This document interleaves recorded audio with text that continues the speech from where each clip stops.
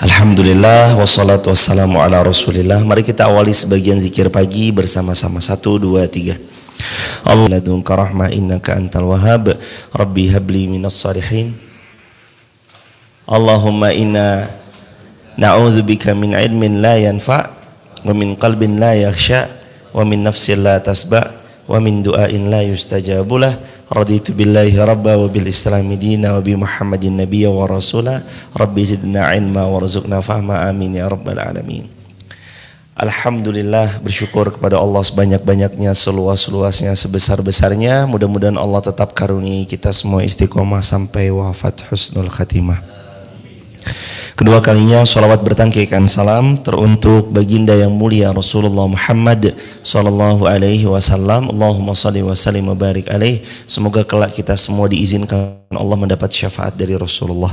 Amin ya rabbal alamin. Hadirin silakan dibuka ayat 46 surah Ali Imran. Buat sahabat di rumah di TikTok, YouTube, Instagram yang baru bergabung, selamat datang, selamat bergabung di kajian subuh syuruk. Mudah-mudahan Allah menambah keistiqomahan kita semuanya insyaallah. Hari ini kita mau tadabbur ayat 46 dan seterusnya semampu kita, surah Ali Imran. A'udzu billahi minasy syaithanir rajim. 1, 2, 3.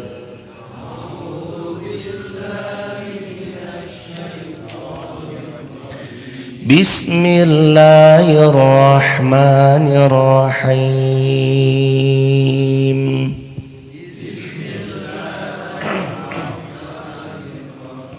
Wa yukallimun nasa fil mahdi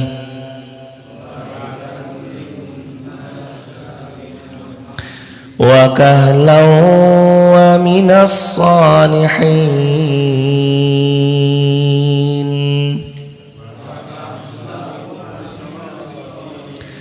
Qalat rabbi anna yakunu li walad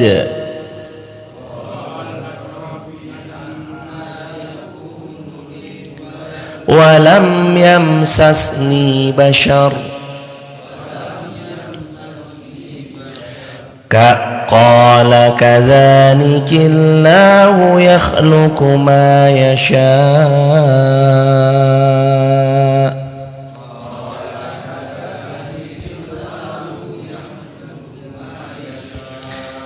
idza qada amran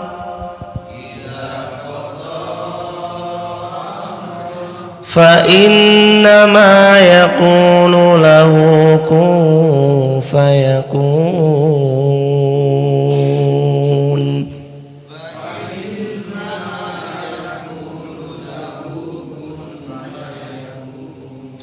Wa yu'allimuhumul kitaba wal hikmah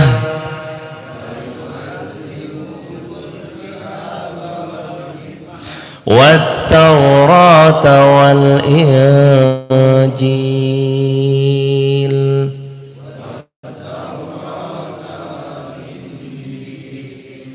wa rasulan ila bani Israil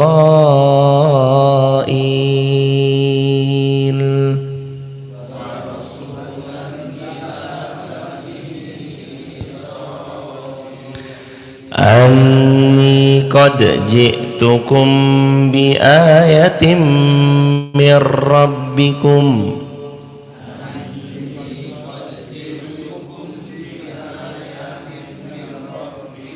anni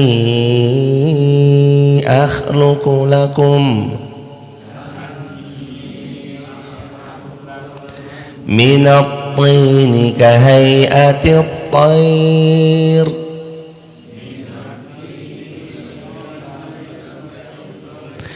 fa'anfukhu fihi fayakunu tayran bi'idnillah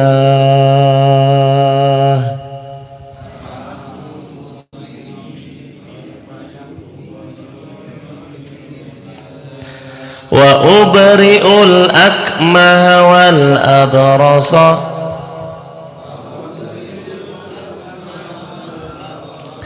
wa uhyil mauta biiznillah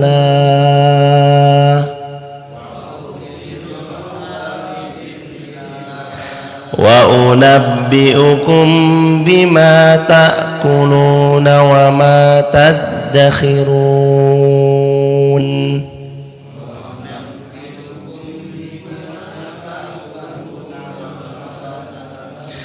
Wa ma tadakhiruna fi buyutikum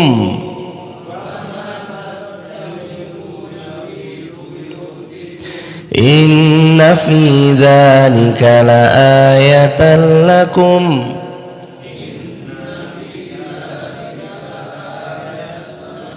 in kuntum mu'minin.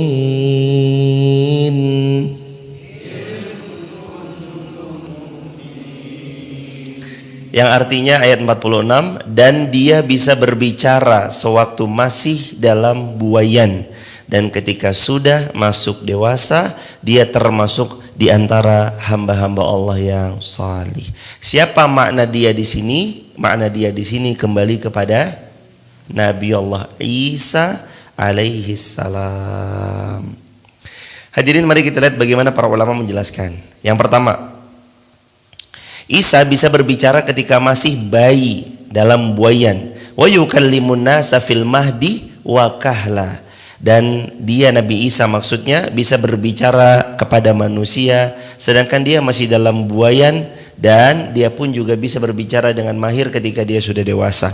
Yakni kata Imam Ibnu Katsir rahimahullah, maknanya mengajak untuk manusia mengetahui apa yang sebenarnya dan mengajak manusia untuk beribadah kepada Allah semata.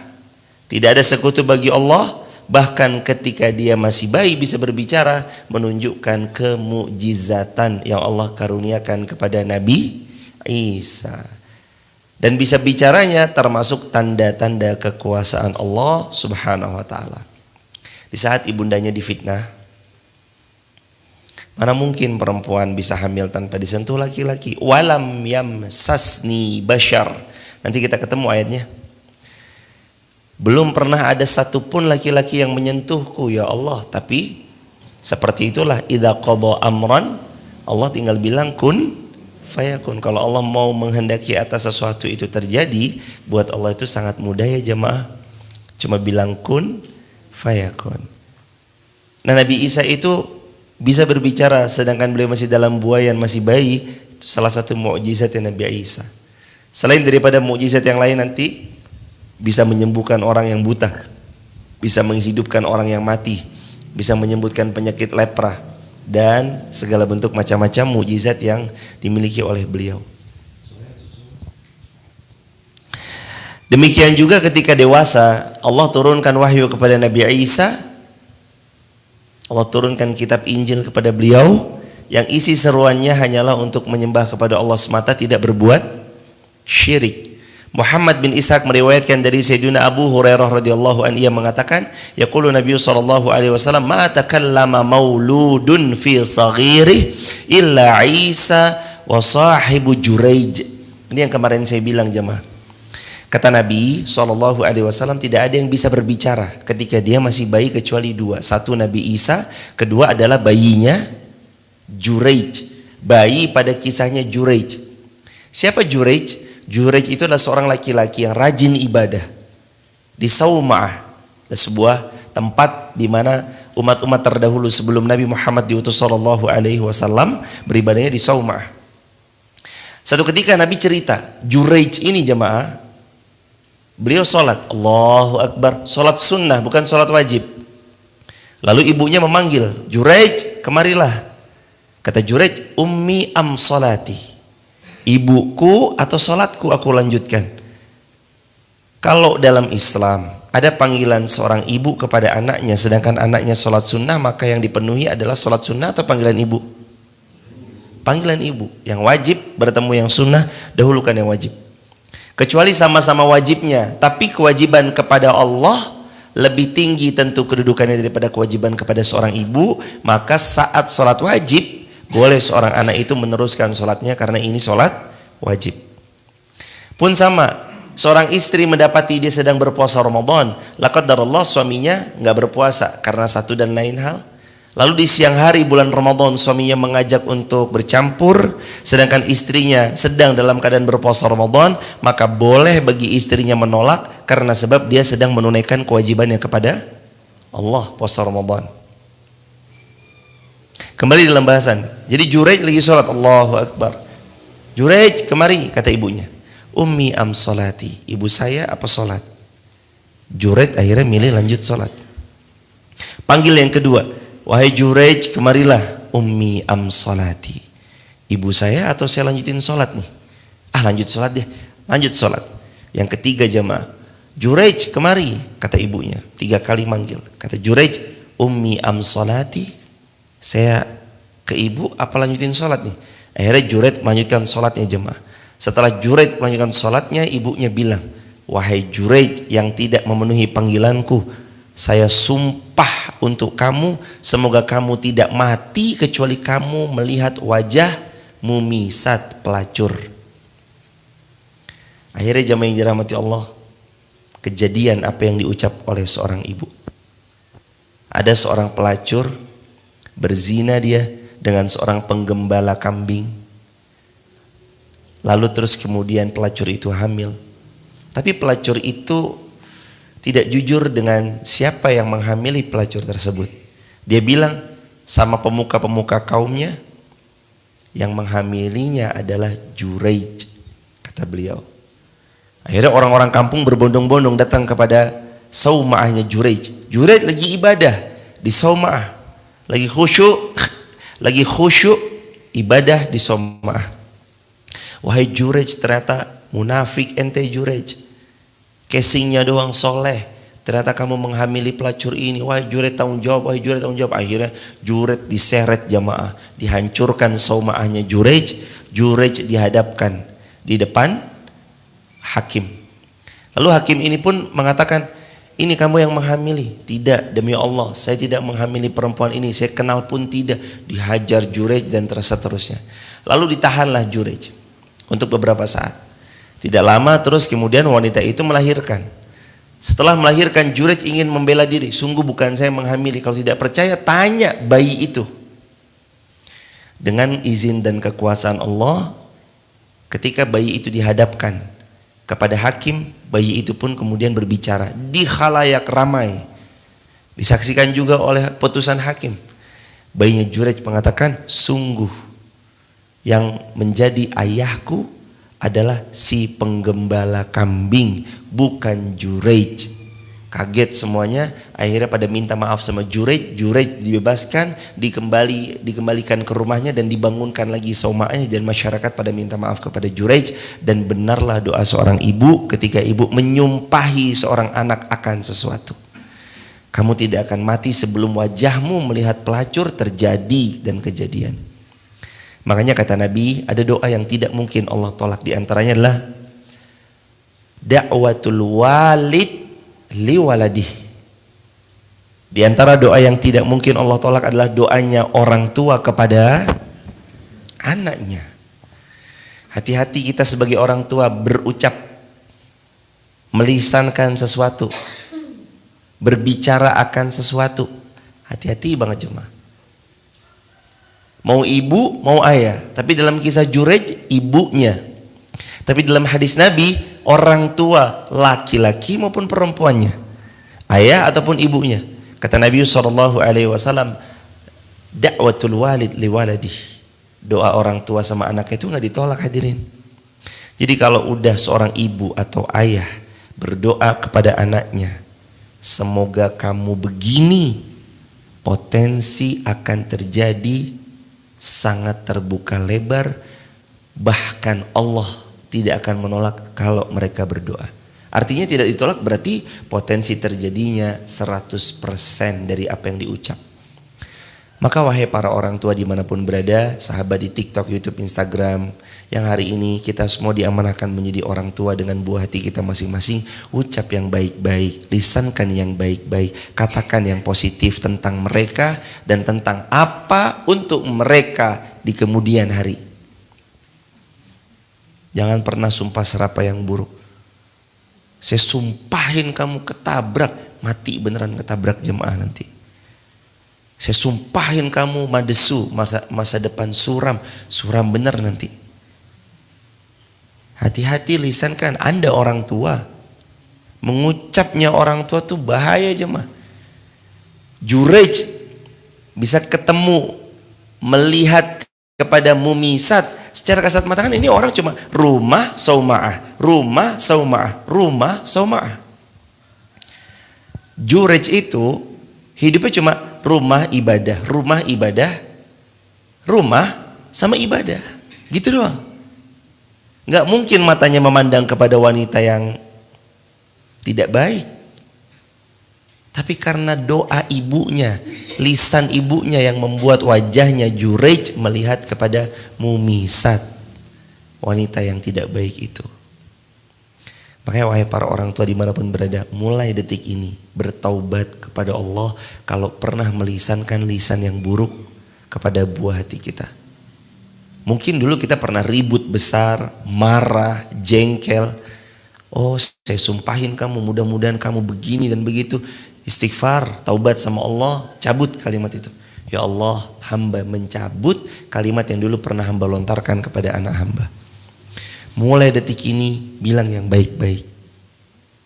Tidak ada perbendaharaan yang terbaik sebagai investasi yang terbaik yang dimiliki oleh orang tua kecuali adalah anak cucu keturunan-keturunannya. Coba bayangin jemaah. Anda invest emas, itu belum terbaik. Anda invest rumah properti, belum terbaik. Anda invest tanah, itu belum terbaik. Tapi saat Anda menginvestasikan buah hati Anda dengan selaksa doa-doa penuh kebaikan, itu investasi terbaik. Doakan yang baik-baik. Semoga anakku tumbuh dalam lingkungan yang baik. Semoga anakku berkarir dengan karir yang baik. Semoga anakku dikelilingi circle persahabatan yang baik. Semoga anakku kelak menikah dengan pasangan yang baik, yang salih. Semoga pasangannya nanti membawanya sampai surga. Semoga nanti lahir daripadanya cucuku yang lucu menggemaskan, cerdas, cantik, rupawan wajahnya. Semoga lahir cicitku terus sampai hari kiamat. Doaku berlaku untuknya sekarang dan selamanya ya Allah. Udah sejauh apa kita mendoakan cucu keturunan kita sampai hari kiamat jemaah? Bukankah hari ini Anda punya cucu? Bukankah cepat atau lambat cucu Anda menikah? Lalu Anda punya cicit? Lalu Anda punya canggah? Dan itu akan terus berlangsung hingga hari kiamat potensinya kalau Allah izinkan. Doakan ya.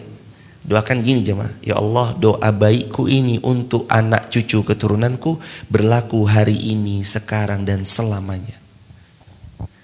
Ya Allah, ridhoku mengiringinya hari ini dan selamanya. Ya Allah, cinta dan kasih sayangku untuk mereka sekarang dan selamanya. Ya Allah, izinkan setiap tutur kata baikku mengiringi tiap langkah-langkahnya selamanya. Begitu jemaah. Doain terus. Sungguh doa itu powerful, kata Nabi SAW. Innallaha la yaqbalu innallah. Kata Nabi SAW, barang siapa yang berdoa, ud'ullaha wa antum muqinuna bil ijabah. Kalau kalian berdoa, berdoalah kepada Allah dengan penuh keyakinan bahwa doa kalian pasti diijabah. Apalagi yang berdoa orang tua. Jurej ngalamin. Jurej tertolong karena dia solih jemaah. Sehingga bayinya bicara. Wahai bayi, berbicaralah, siapa ayahmu sebenarnya? Kata bayinya, ayahku adalah penggembala kambing. Jurej tertolong.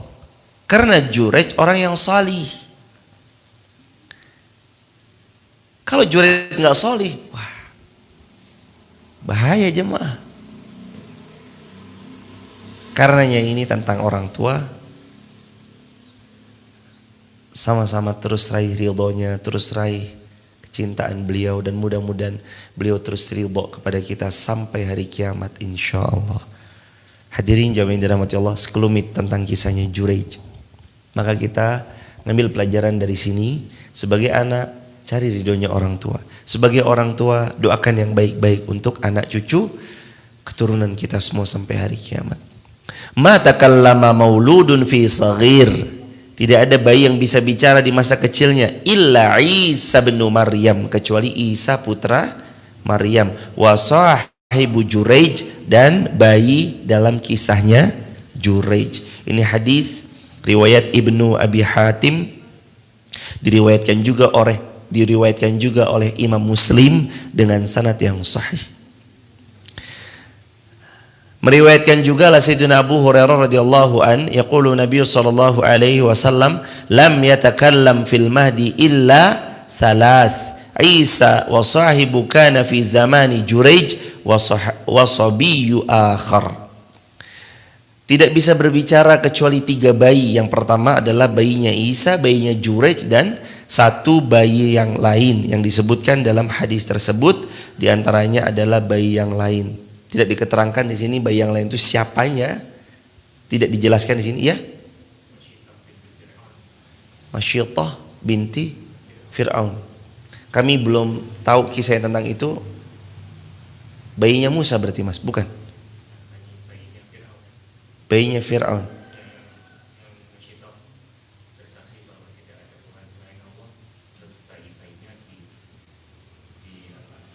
Oh, ya. Ya, benar jemaah hadirin. Jazakumullah khairan Mas Junaid, semoga Allah memuliakan Mas Junaid skala besar.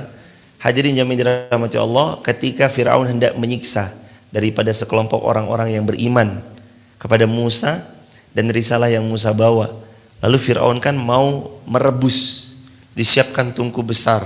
Ada yang mengatakan digoreng, ada yang mengatakan direbus. Waktu itu ada banyak orang-orang itu mau direbus. Ini bayi ini terus kemudian bersaksi bahwa la ilaha illallah Muhammadur Rasulullah. Kalau kemudian ketika mau dilempar, bayi ini bersaksi bahwa Tuhan kita semua hanyalah Allah Subhanahu wa taala, yang intinya tentang itu, tapi tetap dilempar. Dan itu termasuk bagian daripada kisah yang banyak juga disampaikan di beberapa majelis. Tapi di sini tidak disebut tentang keterangan siapa bayi yang berikutnya. Wasabiyun akhar, cuma disebut dan bayi yang lainnya. Satu lagi ini siapa?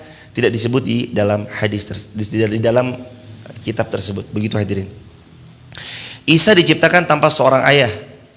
Tatkala kabar gembira itu datang dari Allah Subhanahu wa taala untuk Maryam melalui malaikat yang Allah perintahkan kepada malaikat itu menyampaikan kepada Maryam.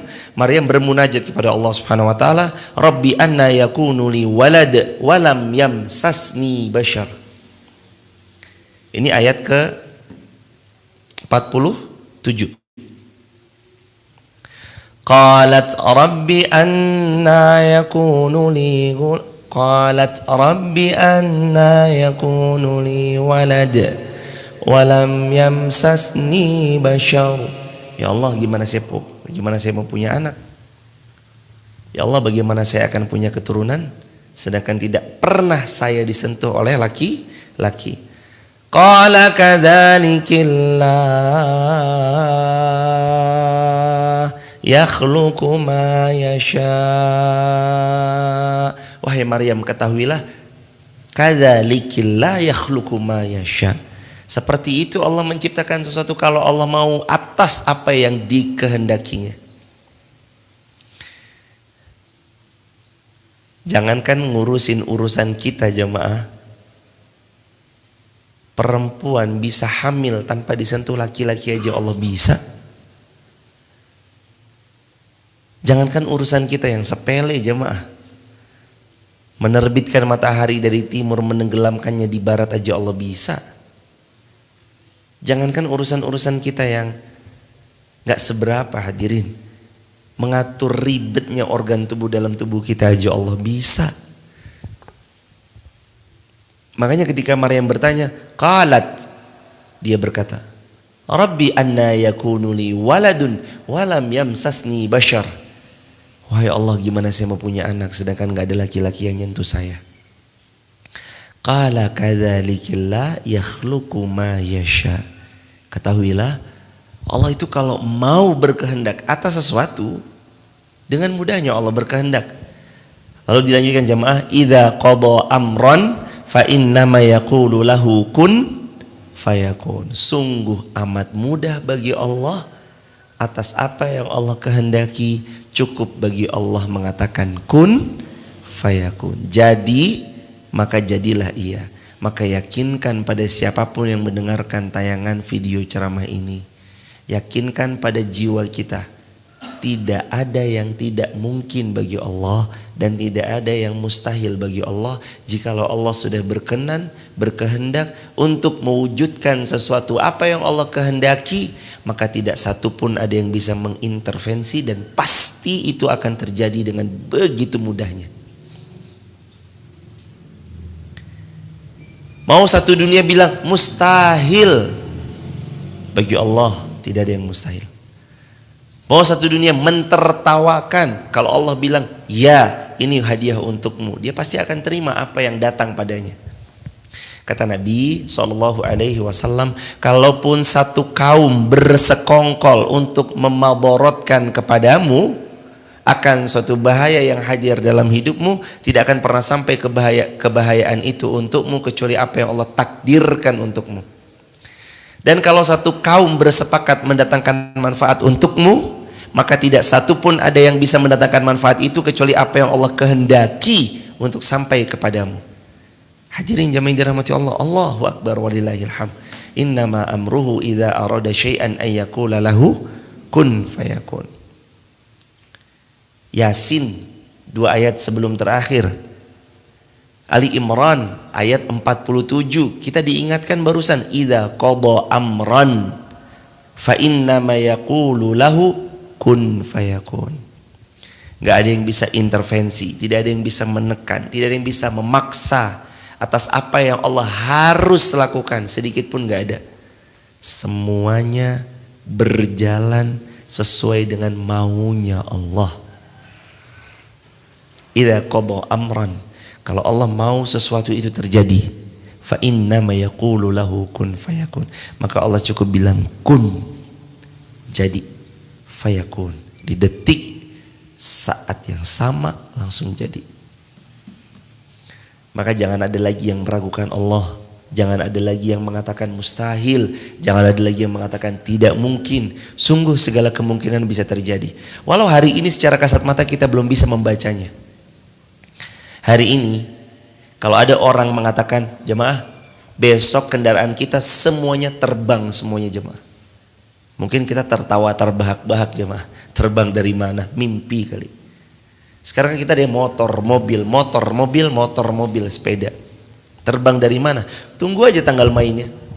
50 tahun lagi, 100 tahun lagi, bisa jadi orang semuanya terbang, hadirin. Kemana-mana orang akan terbang. Sama seperti tahun 1900, saat dimana waktu itu belum ada kendaraan bernama motor, bernama mobil. Kalaupun ada, bentuknya masih sangat terbatas seperti delman. Di tahun 1940, 1950 sudah mulai bermunculan motor Vespa, motor apa, motor ini, motor itu. Dulu gak pernah nyangka orang akan punya akses mobil seindah yang kita hari ini miliki. Tidak kehujanan, tidak kepanasan, ada AC, ada entertainnya. Kacanya nggak perlu diputar seperti ini, tinggal tet naik sendiri, tet otomatis turun sendiri. Nggak kepikiran, hadirin. Tapi zaman berganti, tahun pun berlalu, dan ternyata apa yang telah diungkap oleh para ulama terdahulu tentang informasi yang ada di masa depan umat akhir zaman, tunggangan mereka adalah dari besi-besi yang berjalan. Dulu kendaraan mereka cuma keledai, kuda, unta. Hari ini semua kendaraan kita besi yang berjalan. Sepeda, motor, mobil, kereta, bus, pesawat. Bahkan dulu orang mau haji, berangkat 3 bulan, pulang 3 bulan, 6 bulan mereka di atas kapal. Kalau ada meninggal di situ karena habis perbekalan atau karena satu dan lain hal, wafat mereka di sana, dibuang jasadnya ke tengah laut, hadirin. Hari ini Anda tinggal duduk manis 9 jam sampai di Jeddah, 9 jam sampai di Madinah. Tinggal duduk manis. Tanpa berusaha payah 3 bulan, terombang-ambing di atas ombak, di tengah samudra yang luas. 3 bulan waktu yang lama, disingkat jadi 9 jam. Bukan tertutup kemungkinan akan ada teknologi di akhir zaman makin canggih, jarak kita ke Mekah cuma ditempuh kurang dari 9 jam. Boleh jadi akan datang masanya jemaah. Dulu 3 bulan disingkat jadi 9 jam. Sekarang 9 jam.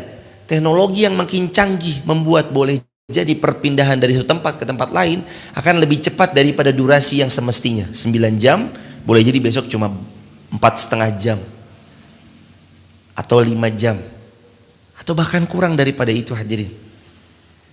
Innama amruhu idza arada syai'an ayyaqula lahu kun fayakun. Kalau di ayat ini idza qada amran, kalau Allah menginginkan amran atas satu urusan itu terjadi, innama yaqulu lahu kun fayakun. Sangat mudah bagi Allah. Termasuk kisahnya Maryam. Tidak disentuh laki-laki, tapi Allah karuniai kehamilan dalam janinnya. Itu semua atas kehendak Allah subhanahu wa ta'ala. Seperti itu Allah jemaah. Jangan ada yang merasa kecil. Nggak boleh orang beriman itu ngerasa rendah diri. Rendah hati harus, rendah diri jangan. Tulis di kolom komentar ya sahabat. Rendah hati itu harus, rendah diri jangan. Bedanya apa rendah hati sama rendah diri? Rendah hati tawadu. Rendah diri merasa diri ini sampah. Merasa diri ini tidak berguna. Merasa diri ini nggak bisa memberi impact apa-apa. Nggak boleh kalau rendah diri. Rendah hati boleh, rendah diri nggak boleh. Karena umat Nabi Muhammad, kata Nabi, harus jadi umat yang terbaik. Dalam Al-Quran Allah juga telah mengatakan, kata Allah subhanahu wa ta'ala, Allah berfirman, kuntum khairu ummah ukhrijat linnas. Kalian ini umat terbaik kalau ta'muruna bil ma'ruf wa yanhauna 'anil munkar. Kalau mereka memerintahkan pada yang baik, mencegah dari yang mungkar. Wa tu'minuna billah, dan mereka beriman kepada Allah subhanahu wa ta'ala. Gak boleh merasa rendah diri jemaah.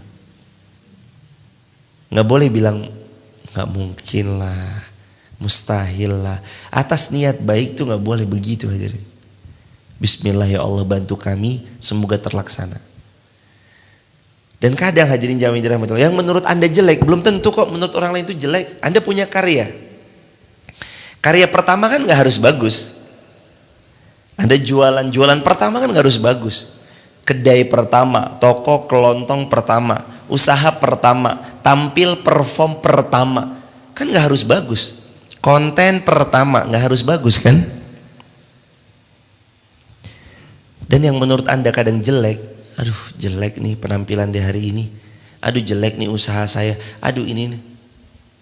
Boleh jadi orang tuh menganggapnya itu istimewa jemaah, menganggapnya itu bagus, menganggap karya pertama kita itu paling unik, walaupun dengan penuh banyak walaupun harus penuh dengan banyak penyempurnaan, disempurnakan lagi. Maka jangan bilang mustahil jemaah. Mulai hari ini mah bilangnya bismillah, bersama Allah segala sesuatu jadi mungkin. Bersama Allah insya Allah Allah mudahkan. Begitu terus. Barakallahu fikum. Next, wa yu'allimuhul kitaba wal hikmah wat taurata wal injil. Allah mengajarkan kepada Isa kitab hikmah. Allah mengajarkan kepada Isa kitab hikmah, Taurat dan Injil. Mari kita lihat gimana para ulama menjelaskan tentang ayat tersebut jamaah yang dirahmati Allah. Allah mengabarkan tentang kesempurnaan berita gembira yang akan Allah sampaikan kepada Maryam tentang putranya Isa, bahwa Allah akan mengajarkan kepadanya kitab dan hikmah. Zahir ayat ini menunjukkan bahwa yang dimaksud dengan kitab sini adalah tulis menulis.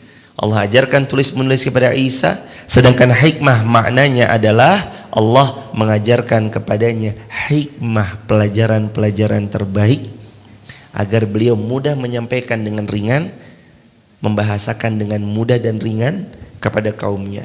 Karena ada dalam Quran surah Ibrahim ayat yang keempat, bilisani qaumihi. Sesungguhnya kami utus para rasul-rasul agar mereka berdakwah membahasakan sesuai dengan gaya bahasa kaumnya.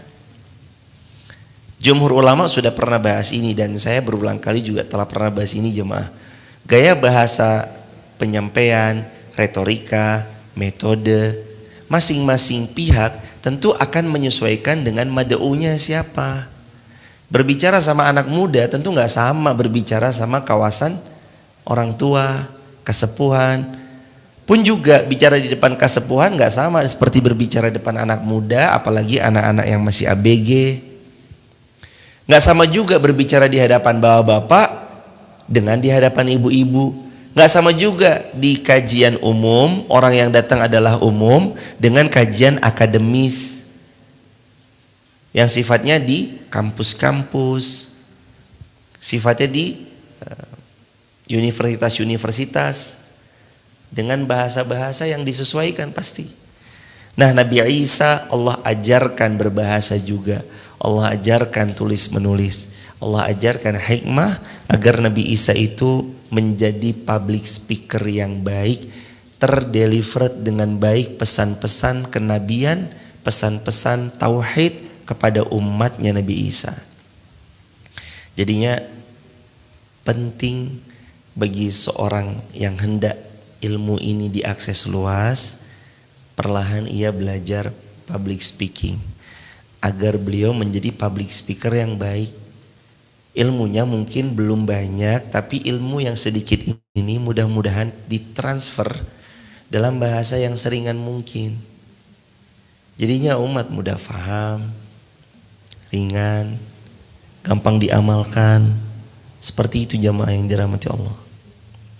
Lalu terus kemudian Allah berikan kepadanya ilmu tentang kitab sebelumnya, yakni Taurat, di mana Allah menurunkan kepada Musa tentang Taurat tersebut, yang Allah ajarkan juga kepada Isa tentang ajaran-ajaran dalam Taurat yang fokusnya hanyalah la ilaha illallah. Lalu Allah turunkan kepada Isa yakni Injil, dan ia pun menghafal kedua kitab tersebut. Kata Al-Imam Ibnu Katsir rahimahullah, Nabi Isa menghafal dua kitab tersebut, yakni Taurat dan Injil, dihafal. Emang metode salah satunya jemaah itu kan BPHAA yang sudah pernah kita bahas. B, baca. P, pahami. H, hafalkan. A, amalkan. A, ajarkan lagi sama yang lain. BPHAA. Adab kita sama Al-Quran kan itu. Ada hari ini sangat mudah. Coba jamaah bayangkan, jamaah mau ngafalin, tinggal buka aplikasi Quran. Udah, jamaah mau ngafalin apa? Contoh misalkan mau ngafalin surah An-Nisa ayat ke 18 atau 17 misalkan. Tinggal jamaah pencet, klik, jamaah dengarkan, begini.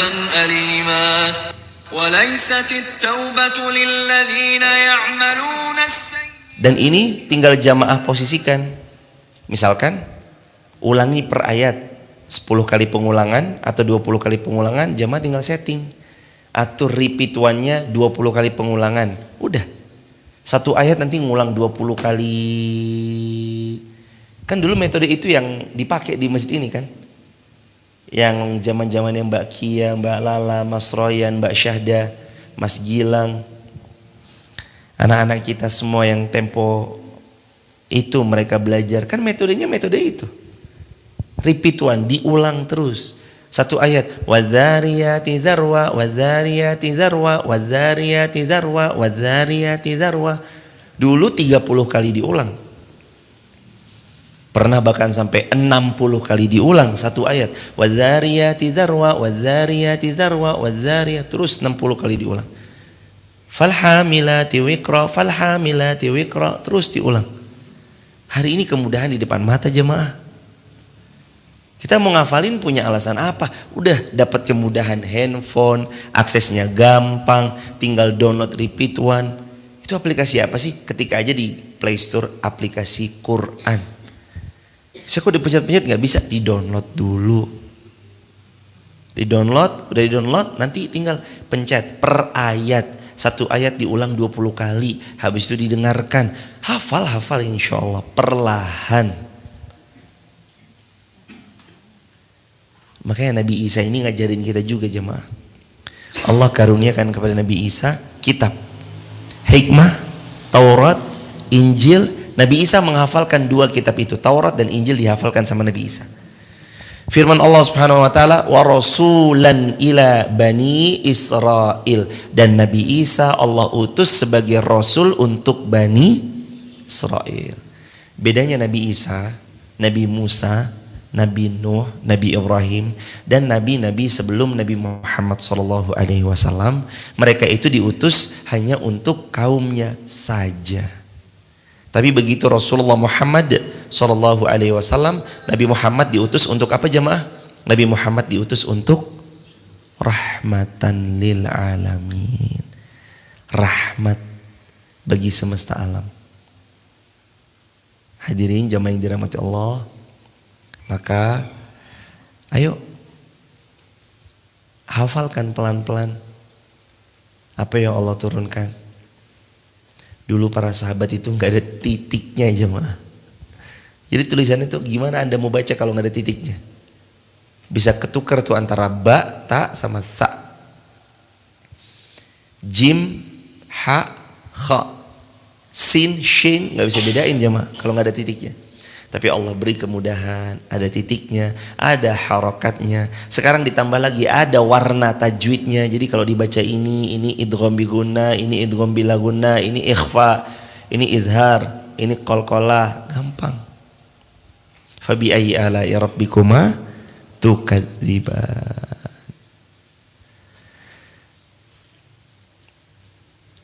Dan sebagai rasul kepada Bani Israel yang mendakwahkan mereka, sesungguhnya aku telah datang kepadamu membawa suatu tanda mukjizat dari Allah, yakni aku akan membuat untuk kamu dari tanah berbentuk burung, kemudian aku meniupnya, maka burung itu akan hidup dengan seizin Allah.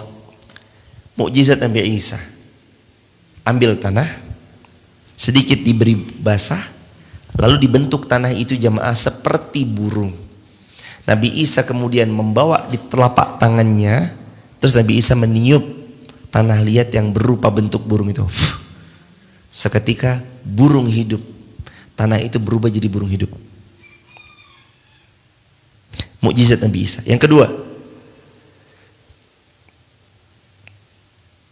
dan aku, kata Nabi Isa, menyembuhkan orang yang buta bahkan saat parah kebutaannya, buta sejak lahir. Nabi Isa datang orang buta kepadanya, dipegang mata orang buta itu, set, sembuh langsung di detik setelah diusap bisa melihat. Mukjizatnya Nabi Isa. Yang ketiga, dan aku Nabi Isa maksudnya menyembuhkan penyakit sopak. Penyakit sopak di sini banyak penjelasan-penjelasannya, di antara adalah penyakit-penyakit yang kayak belang, penyakit-penyakit kulit dan sejenisnya. Disembuhkan oleh Nabi Isa alaihi salam. Yang keempat, mukjizat Nabi Isa, aku mampu menghidupkan orang yang mati dengan seizin Allah Subhanahu wa taala. Dan yang kelima, aku kabarkan kepadamu apa yang kamu makan, apa yang kamu simpan di rumahmu. Jadi Nabi Isa tahu, kamu tadi pagi makan apa, semalam sahur apa, tadi pagi sahur apa, semalam buka dengan bukaan apa, dan apa makanan yang masih tersimpan di rumahmu rapat-rapat kau kunci di lemari makananmu. Nabi Isa tahu. Itu mukjizatnya Nabi Isa. Dan sungguh pada yang demikian itu terdapat tanda-tanda kebenaran bahwa aku adalah utusan Allah jika kalian adalah orang-orang yang beriman. Jadi jamaah yang dirahmati Allah, banyak mukjizatnya Nabi Isa. Tapi dengan mukjizat yang ditampakkan kayak gitu aja, masih banyak orang belum beriman kepada Allah. Tapi emang harus sabar. Menyampaikan kebaikan itu emang harus sabar, butuh proses. Kadang diterima, tapi lebih banyak yang mungkin belum diterima. Gak apa-apa, mudah-mudahan itu menjadi pembelajaran buat kita semua. Barakallahu fikum. Sampai sini kajian kita. Besok kita lanjut di ayat ke-49, ayat ke-50, ayat ke-51 dengan seizin Allah Subhanahu wa taala. Hadirin, saya mau berikan kesimpulan. Di ayat 47 tadi Allah berfirman, "Idza qada amran fa innama yaqulu lahu kun fayakun." Jangan ragukan Allah. Jangankan menyelesaikan masalah hidup kita. Allah membuat wanita bisa hamil tanpa disentuh saja Allah bisa. Jangankan menyelesaikan masalah yang sedang dihadapi. Allah mengatur rumitnya pembuluh darah yang ada di diri kita aja sangatlah mudah. Terlalu mudah bagi Allah. Karenanya mulai detik ini, esok dan seterusnya, untuk setiap niat baik jangan pernah bilang mustahil, gak mungkin. Karena ketahuilah tidak ada yang mustahil bagi Allah. Tulis di kolom komentar, tidak ada yang mustahil bagi Allah. Barakallahu fikum. Sahabat di TikTok, YouTube, Instagram, terima kasih sudah membersamai. Makasih waktu luangnya untuk belajar bersama di pagi ini. Kalau ada yang mau bergabung di grup WhatsApp kajian saya, bisa tap link di bio, sebut nama, asal kota, asal negara. Kalau ada yang hendak membersamai mendak panel lantai 3, dak beton panel lantai 3 Masjid Muhammad Al-Fatih, teman-teman bisa juga tap link di bio, sampaikan saja apa yang dimaksudkan. Dan insya Allah mudah-mudahan jadi jariah buat kita bersama-sama. Mari kita buka sesi tanya jawab. Kalau ada yang mau didiskusikan, waktu dan tempat untuk tanya jawab dipersilakan. Fadhol Mas.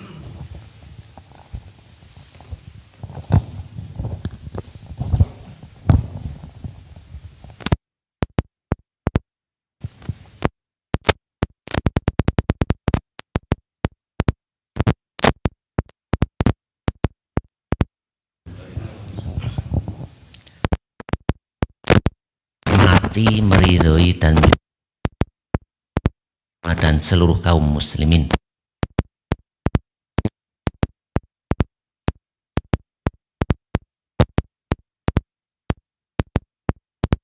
Nah, di dalam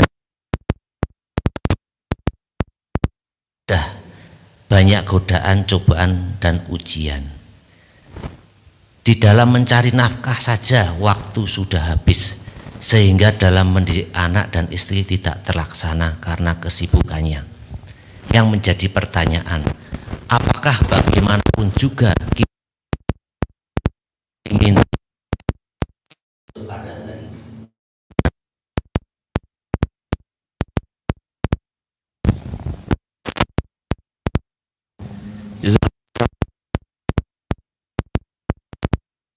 dan dimanapun berada, untuk membersamai mendidik anak akan dipintai pertanggungjawaban. Jawaban dari Nabi langsung sallallahu. Setiap kalian itu kullukum ra'in wa kullukum mas'ulun an ra'iyatih. Tiap-tiap kalian itu pemimpin dan setiap kalian akan dipintai pertanggungjawaban atas apa yang kalian pimpin. Laki-laki pemimpin atas rumah tangganya, perempuan pemimpin di rumahnya, membersamai harta anak-anak dari hasil pernikahannya. Perempuan sebagai seorang istri ditanya, dipintai pertanggungjawaban, apalagi laki-laki. Anak pun juga iya, dan semua kita besok akan dipintai pertanggungjawaban masing-masing. Maka persiapkan jawaban terbaik sebagai LPJ, laporan pertanggungjawaban. Barakallahu fikum. Semoga terjawab. Allahu a'lam bishawab. Soal akhir mawjud, fadhal. Ada pertanyaan lain, Mas? Ada? Boleh. YouTube silakan. Bismillahirrahmanirrahim. Assalamualaikum warahmatullahi wabarakatuh. Semoga Ustaz dan jamaah dan kaum muslimin selalu dirahmati dan diberkahi Allah. Pertanyaan dari YouTube Ustaz dari Herning Sulistiani. Assalamualaikum Ustaz, mau izin bertanya, apabila orang tua atau ibu saat emosi berkata tidak akan bahagia kepada anaknya sampai ke anak keturunannya, apakah berlaku keturunannya kita sumpahkan orang tua kita Ustaz? Jazakumullah Ustaz. Wa jazakumullah khairan jazakumullah yang berkah suara muslimin dimanapun berada. Pertanyaannya, kalau ibu menyumpah nggak akan bahagia kamu anak cucu keturunan-keturunanmu, apakah itu akan terjadi? Jawabannya tergantung. Kalau anak ini durhaka dan benar-benar durhaka, potensi terjadinya akan terjadi. Tapi kalau ibunya menyumpahi sedangkan anak ini dalam ketaatan kepada Robnya, contoh, ibunya suruh udahlah kamu buka jilbab aja, tapi anak ini bilang enggak mah aku mau berjilbab. Oh durhaka kamu ya, gak bahagia kamu selamanya sama anak cucumu. Tidak akan sampai doa itu kecuali kembali kepada yang mendoakan. Karena anak ini sedang dalam keadaan tidak pantas untuk disumpah serapahi dengan orang tuanya, oleh orang tuanya. Maka tergantung anak itu mengamalkan apa. Kalau anak itu sedang beramal salih, maka doa tersebut tidak akan sampai kepadanya. Dan kalau tentang memang pernah durhaka, apakah akan sampai ke anak cucu keturunan-keturunannya? Bisa iya, bisa enggak. Allahu a'lam bishawab tentang hal itu. Karena sekali lagi jemaah, tentang doa orang tua kepada anaknya tidak akan Allah tolak. Makanya mohonlah maaf, sampaikan kebenaran. Kalau yang kita sampaikan kebenaran orang tua kita marah, kita nggak kena. Kita nyasihin orang tua, jangan riba bapak ibu, jangan riba. Misalkan kita nyampein gitu sama orang tua, misalnya jemaah, misalnya ayah bunda jangan riba. Lah kok ayah kita bunda kita mencak-mencak, wah kamu tahu apa toh, dosaku yo aku yang nanggung. Apa gimana dengan bahasa yang lain, dosa saya aja yang nanggung dan segala macam. Dasar kamu anak durhaka, ngurusin orang tua.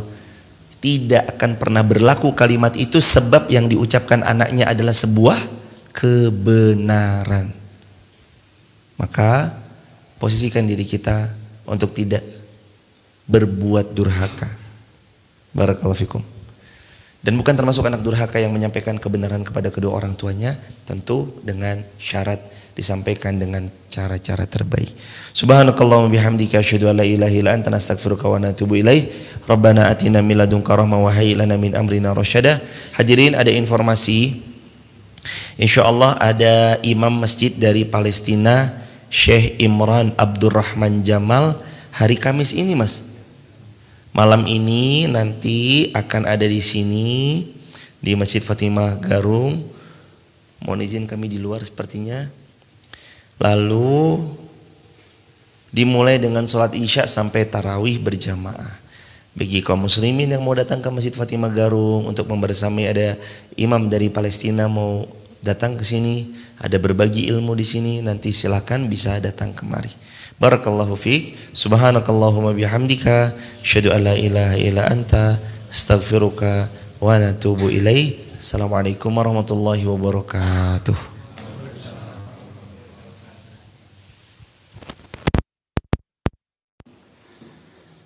Teman-teman yang mau bergabung di grup WhatsApp kajian saya, silakan tap link di bio, sebut nama, asal kota, asal negaranya.